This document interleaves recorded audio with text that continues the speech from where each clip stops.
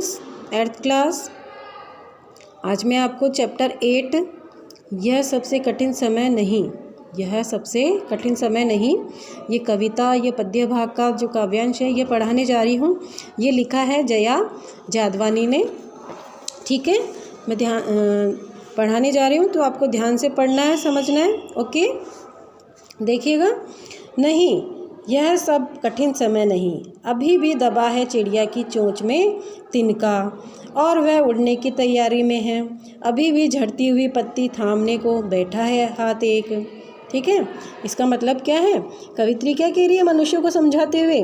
वह कह रही है कि ये सबसे कठिन समय नहीं है, अतः इससे निराश नहीं होना चाहिए और न ही अपने लक्ष्य की ओर बढ़ने में संकोच करना चाहिए। समझ में आया?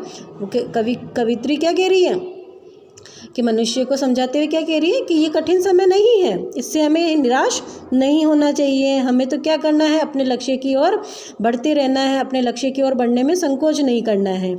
अभी भी एक चिड़िया अपना घोंसला बनाने के लिए अपनी चोंच में तिनका दबाकर उड़ने की तैयारी में है, अर्थात वह तिनकों से घोंसला बनाने में लगी है। उसे जीवन में अभी विश्वास है। इस प्रकार ठीक है ना, समझ में आएगा? चिड़िया को विश्वास है, इसलिए वो क्या कर रही है? अभी भी अपने वह तिनकों से घोंसला बनाने में लगी हुई है। मतलब उसका लक्ष्य क्या है? घोंसला बनाना, तो वो अपने लक्ष्य की ओर आगे बढ़ रही है। इसी तरह से हमारा जो लक्ष्य हो, हमें उस लक्ष्य की ओर आगे बढ़ते हुए रहना चाहिए। उसी तरह से इसी प्रकार क्या है, पेड़ से गिरती हुई पत्ती को थामने को हाथ भी तैयार नहीं है। समझ में आया कि इस प्रकार पेड़ से गिरती हुई पत्ती को थामने को हाथ तैयार है। मतलब क्या है कि मुसीबत में घिरे हुए व्यक्ति को सहारा देने के लिए कोई ना कोई सामने आ ही जाता है। मतलब कोई ना कोई उसके सहारा देने के लिए, उसकी सहायता करने के लिए आ ही जाता है। तो उसे संकट से उबार लेता है, मतलब उसकी सहायता कर देता है, उसकी परेशानी को दूर कर देता है। समझ में आया? अभी भी ऐसे लोगों की कमी नहीं है जो दूसरे लोगों का सहयोग करते हैं। समझ में आ गया? क्या कह रही है कवित्री कि अभी भी क्या है, झड़ती हुई पत्ती थामने को बैठा है एक हाथ। मतलब हमारे सामने कोई अगर मुसीबत आ जाती है तो उस मुसीबत को दूर करने के लिए हमारे सामने कोई ना कोई हाथ आ जाता है। कोई ना कोई इंसान हमारी इस समस्या को दूर करने के लिए आगे आ जाता है और उस समस्या को दूर भी कर देता है। इस संसार में क्या है, अभी भी ऐसे लोगों की कमी नहीं है जो दूसरों का सहयोग करते हैं। अतः हमें क्या करना चाहिए? अतः हमें भी अपने लक्ष्य की ओर बढ़ना चाहिए और डगमगाने पर कोई ना कोई क्या होगा? अगर हम डगमगा जाएंगे, मतलब अपने लक्ष्य से भटक जाएंगे, तो हमें सहारा देने के लिए कोई ना कोई हमें थाम मिलेगा। मतलब कोई ना कोई तो तैयार बैठा ही होगा जो हमें सही रास्ते पर, हमारे सही लक्ष्य पर हमें आगे बढ़ने के लिए प्रोत्साहित करेगा। ठीक है, समझ में आ गया इस पद्य का? आगे देखिए। अभी भी भीड़ है स्टेशन पर, अभी भी एक रेलगाड़ी जाती है गंतव्य तक, जहाँ कोई कर रहा होगा प्रतीक्षा। अभी भी कहता है कोई किसी को, जल्दी आ जाओ कि अब सूरज डूबने का वक्त हो गया है। अब इसमें कवित्री क्या कह रही है? कवित्री कह रही है कि मनुष्यों को आशावादी बनने की सलाह देते हुए कह रही है कि अभी रेलवे स्टेशन पर बहुत भीड़ है ना, और एक स्थान से सब लोग क्या कर रहे हैं, एक स्थान से एक स्थान से दूसरे स्थान पर आ जा रहे हैं। रेलगाड़ियाँ उन्हें निरंतर अपने मार्ग पर चलते हुए उन्हें गंतव्य तक पहुंचाती है। वहाँ उनका कोई ना कोई प्रियजन क्या कर रहा है? इंतजार कर रहा होगा। शाम को सूरज ढलने का समय होते ही कोई अपने प्रियजन से मन ही मन कहता है कि जल्दी लौट आओ, क्योंकि क्या है, सूरज डूबने का समय हो गया है। अर्थात लोग अभी भी एक दूसरे के सुख दुख का ध्यान रख रहे हैं। अतः ये सबसे कठिन समय नहीं हो सकता। समझ में आया? और इसीलिए हमें भी निराशा छोड़कर अपने लक्ष्य की ओर बढ़ना चाहिए।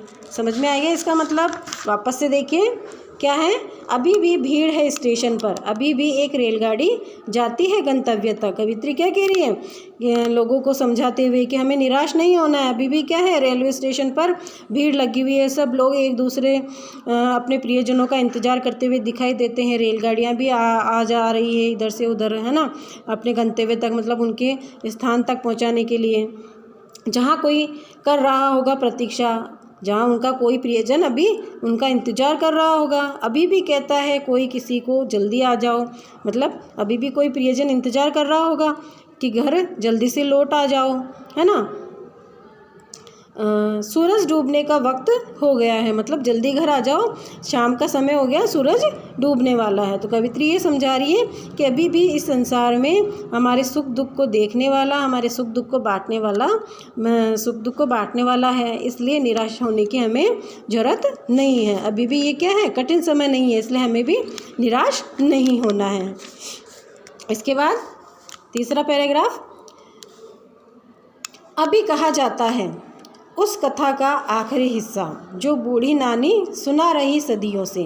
क्या कह रही कवित्री? कवित्री कह रही है कि अभी भी लोग नानी दादी के द्वारा सुनाई जाने वाली कहानियों का अंतिम और महत्वपूर्ण शिक्षा प्रदान करने वाला भाग सुनाया जाता है। अभी भी क्या हो रहा है कि लोग दादी नानी के द्वारा जो कहानियाँ सुनाई जा रही है, उन कहानियों का अंतिम और महत्वपूर्ण शिक्षा प्रदान करने वाला भाग सुनाया जा रहा है। अर्थात हे मनुष्य, तेरे जीवन का सबसे महत्वपूर्ण और अंतिम भाग अभी बाकी है, जो सुखदायी है ना। तो तुम्हें निराश होने की ज़रूरत नहीं है। आगे देखिए, दुनिया के तमाम बच्चों को अभी आती है एक बस, अंतरिक्ष के पार की दुनिया से लाएगी बचे हुए लोगों की खबर। नहीं, यह सबसे कठिन समय नहीं है। इसका मतलब क्या है? कवित्री कह रही है कि अंतरिक्ष के पार से जानकारियाँ लेने गए लोगों में से जो लोग बचे हैं, उन्हें बस लेकर आ रही होगी, जो अंतरिक्ष पार की महत्वपूर्ण जानकारियाँ तुम्हें देगी। इस प्रकार संसार में घटनाएं घटित हो रही हैं और होती रहेगी।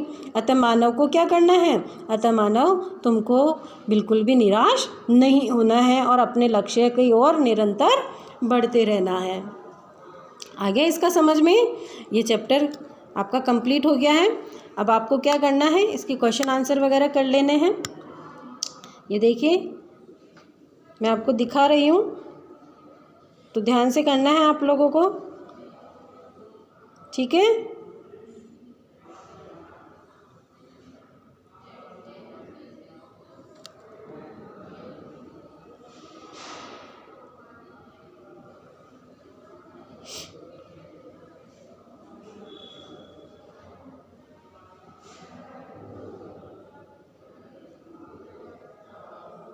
ये दोनों क्वेश्चन हो गए। ये दोनों क्वेश्चन इस तरह से आपको अपनी नोटबुक में कर लेने हैं। इसके बाद आगे देखिए तीसरा क्वेश्चन,